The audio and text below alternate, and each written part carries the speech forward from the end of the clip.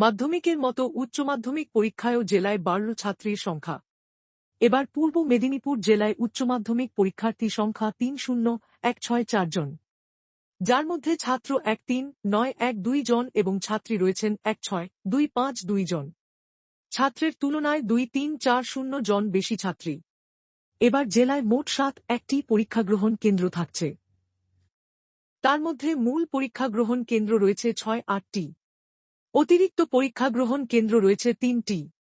প্রতিটি পরীক্ষাগ্রহণ কেন্দ্র CC camera সহ কড়া নিরাপত্তায় মোড়া হয়েছে।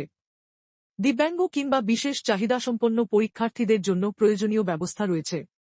নিয়ম মেনে রয়েছে sick bed, medical team. ৩ March উচ্চ মাধ্যমিক পরীক্ষা শুরু হচ্ছে, শেষ হচ্ছে ১-৮ মার্চ।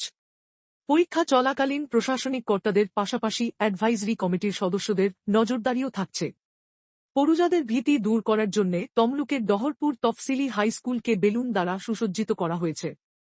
ওই স্কুলের প্রধান শিক্ষক জানিয়েছেন, পড়ুয়াদের ভীতি দূর করে যাতে তারা আনন্দের সাথে পরীক্ষা দিতে পারে, তাই এমন ব্যবস্থা নেওয়া